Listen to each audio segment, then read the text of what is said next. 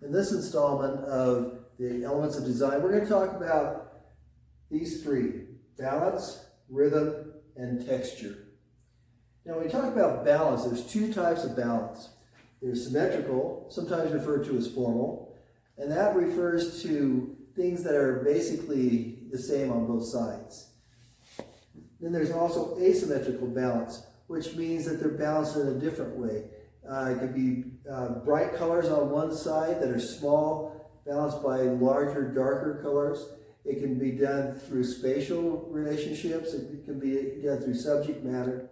And so we'll look at a few of those things.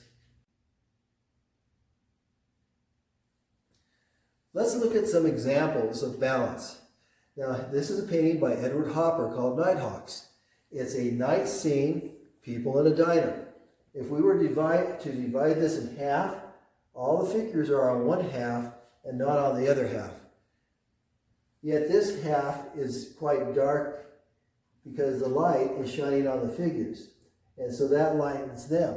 And so this spot here is balanced by the rest of the dark in the painting. This is another example of asymmetrical balance. This is called Adirondack Guide by Winslow Homer. It's a watercolor. And so what you have is the figure in the canoe, and he's on this half of the painting. The canoe carries your eye this way out of the frame because that gives you movement in the direction that he's going. There's also a line of waterfowl here that's kind of hard to see, very subtle. And so basically the action over here balances everything over here, asymmetrical balance. This is a wood print, a Japanese wood print called The Great Wave. And it's considered asymmetrical and symmetrical at the same time. You see this huge wave here that dominates the whole picture. And so this would be asymmetrical. And yet at the same time, if you were to turn this over, it looks like a yin-yang image. So this image here is completely balanced by this image there. And so if you look at it one way, it's asymmetrical. Look at it a different way, it turns out to be symmetrical.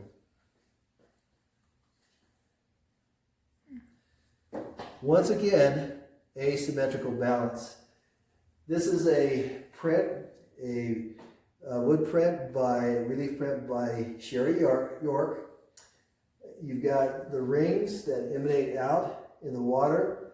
You've got the coot swimming over here. So your figure is very much on the far side of the picture, and yet these rings take your eye out and back in constantly. And you've got the bright colors here, darker colors here. So the bright colors, which are smaller with the figure, are balanced by that big area there, asymmetrical balance. Leonardo da Vinci. Now, once again, we look at this, we're seeing symmetrical balance. He worked very hard to put the figure in the circle and in the square, so we would call this symmetrical balance. Fresco by Da Vinci, The Last Supper. Once again, central figure in the middle, 6 figures on this side, 6 figures on that side. Definitely symmetrical balance. Another example of balance, this is by Rene Magritte. Now, if we divide this picture in half, one half looks just like the other pretty much. A very strong example of symmetrical balance. This is a painting by Paul Gauguin, and it's called Tahitian Women on the Beach. Now, there's 2 figures, so you might think that it's symmetrical, but the truth of the matter is, you've got one reclining figure that extends this way, this figure sitting right there. So it could be called symmetrical. It also could be called asymmetrical. It's all in the way that you look at the painting. The next element of design we're going to talk about is rhythm. Now, rhythm is the repetition of line or form, and there's a lot of things that it can do for composition. It can help with movement, it can help with balance, it can help with unity, tying the whole composition together. Also, rhythm can really help with directional flow, which is bringing your eye in and out of the composition. This is a work by Andy Warhol. It's called 8 Elvises. And what he did was he just kept repeating a photographic image of Elvis Presley. And you can see that there is a rhythm to it. And on one side, the figures get closer and closer to each other, so it ties everything together that way. This is a work by Ellsworth Kelly. And basically, your eye is drawn through a related color piece, and it's very large. It's an entire wall in a gallery. Fills that entire wall. This is another work by Ellsworth Kelly. Now, it's broken up into 5 different strips, and the lines are all perpendicular. They're all the same size, and yet because of the way that the green lines and fields are tilted, it almost looks like there's movement going through the lines. This is a work by Gustav Klimt, and it's just woods, and it's somewhere in Austria. But there's a rhythm to it, and there's a lot of harmony because of the rhythm, but also the color. It all ties in together. This is one of my favorite pieces when we talk about rhythm. This is a woodcut by Stephen Duffy, and it's called dubbing. And they're basically putting in tar and different things, but in this boat that they're building. I just love the way that the ribs curve. It draws your eye right down the center of that. It's just a beautiful piece. This is another wood scene. It's by a New York artist by the name of Wolf Kahn.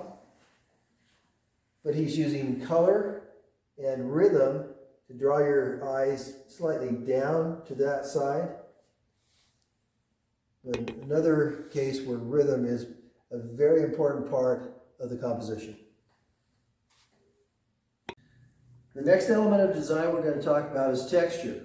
Now, texture can be actual or can be visually implied. But texture can have a very strong influence on how we look at a piece of art. This is a work by Erin Hansen. She's a California artist who loves to paint in the Southwest. This one's called High Desert. Now, when you look at it, you see a lot of lines, and those lines give you a feeling of texture. If you were to see the painting up close, you would notice that the paint is thick, and you could actually feel the texture. We're back to Gustav Klimt. Now, this is called The Tree of Life and Adelaide. And it's very decorative. It's very flat, except for her face and body features. Everything else looks like it's very, very flat. And that was his desire, is to create a design. There's a texture throughout this part of the painting. Texture, this feels very broken. It's an amazing piece. This is a work by Jackson Pollock. Texture is felt through the drips of the paint. It's a very large piece. This is basically a detail from it, but you can see how the paint was applied, and you can feel the texture visually of the paint overlapping the others.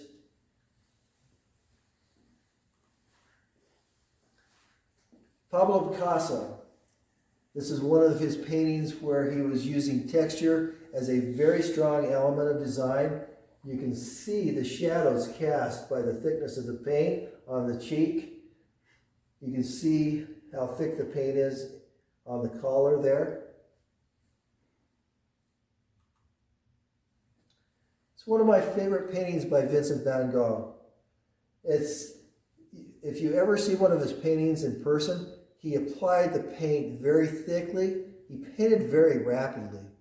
And so it's a self-portrait, but you look at the swirls of the paint, and that texture created a unity in the swirls and the color that are on his jacket.